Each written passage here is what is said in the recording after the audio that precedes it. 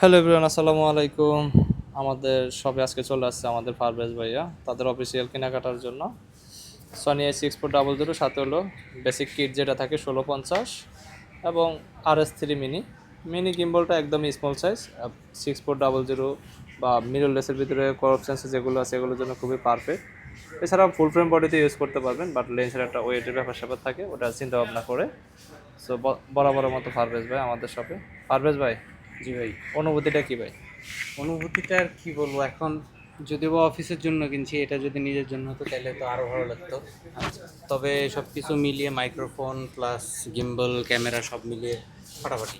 ফাটাফাটি, তাই তো? একদম। আমাদের এখানে সব কিছু কিন্তু আউলা জাউলা হয়ে আছে বলা যায়।